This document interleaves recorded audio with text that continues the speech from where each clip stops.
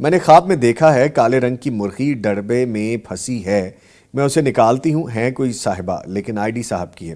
نکالتی ہوں تو اس کا سر نہیں ہوتا، وہ بغیر سر کے زندہ چل رہی ہے، اس کی تعبیر کیا ہوگی؟ ویسے تو حقیقت میں کالا رنگ ہو، سفید ہو، سبز ہو، اس کی کوئی حقیقت نہیں ہے، کوئی اس کے اندر بدشگونی، کوئی خطرہ، کوئی اس طرح رنگ سے اس کا کوئی ایسا تعلق کچھ بھی نہیں۔ اچھا، لیکن خواب کے اندر کچھ رنگوں کا ہوتا ہے۔ اگر بلیک کلر کی یہ مرغی ہے، جی، پھنسی ہوئی ہے، تو اس کا ایک تو مطلب یہ ہے کہ گھر کا کوئی فرد، گھر کی کوئی خاتون وہ کسی آزمائش میں ہے، وہ کسی مصیبت میں ہے، یا اس وقت موجود ہے یا پھر آنے والے دنوں میں ایسا ہو سکتا ہے۔ اگر یہ مرغی ہے تو گھر کی کسی خاتون پر کوئی آزمائش آ سکتی ہے، اچھا، اور یہ کوشش کرتی ہیں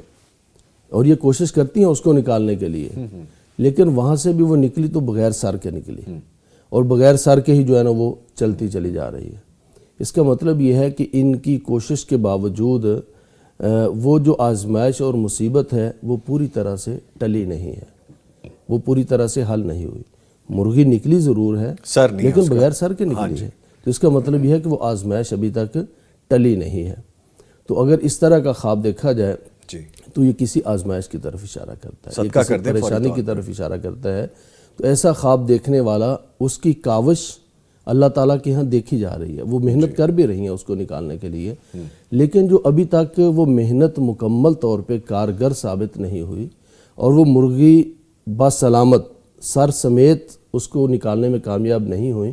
تو اس کا مطلب یہ ہے کہ صرف کاوش اور محنت، جو عملی جد و جہد ہے، وہ کافی نہیں ہے۔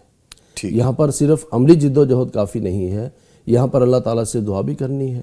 اور یہاں دعا کے ساتھ ساتھ صدقہ خیرات بھی کرنا ہے۔ تو صدقہ خیرات جو ہے وہ ایسی آزمائشوں کو جو آنے والی ہوں وہ ٹالتا ہے۔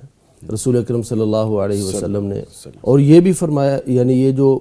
آزمائش ہے نا، یہ کسی کی صحت کے حوالے سے بھی ہو سکتی ہے، یہ کسی کی بیماری کے حوالے سے بھی ہو سکتی ہے۔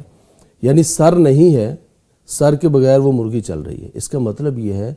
کہ عورت یا وہ خاتون زندہ ہے، لیکن اوپر والا حصہ، یہ جو گردن سے اوپر والا حصہ ہے، وہاں کوئی آزمائش آ سکتی ہے، وہاں کوئی بیماری کا حملہ ہو سکتا ہے۔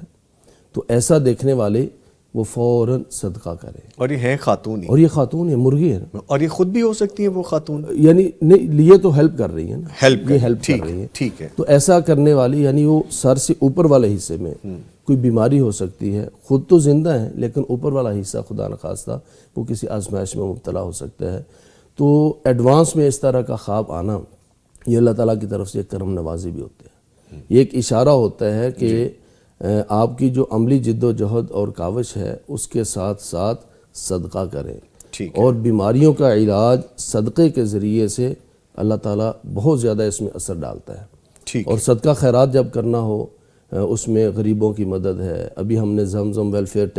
ٹرسٹ کا نام لیا، پیغام ٹی وی ویلفیئر زمزم کے ذریعے سے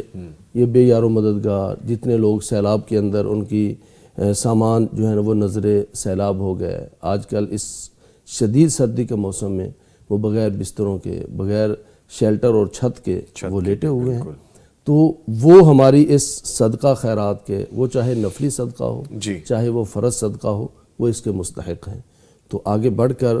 جن کو یہ خواب آیا ہے وہ، یا پھر کسی اور کو اس طرح کے ڈراؤنے خواب آئے ہیں، اور اگر خواب نہیں بھی آئے تو پھر بڑھ چڑھ کے آپ پیغام ٹی وی کا، زمزم ویلفیئر ٹرسٹ کا دست و بازو بنیں اور ان کے ساتھ بھرپور تعاون کریں، تاکہ اس طرح کے خواب جو ہیں ان کا ایک برا اثر وہ بھی زائل ہو سکے،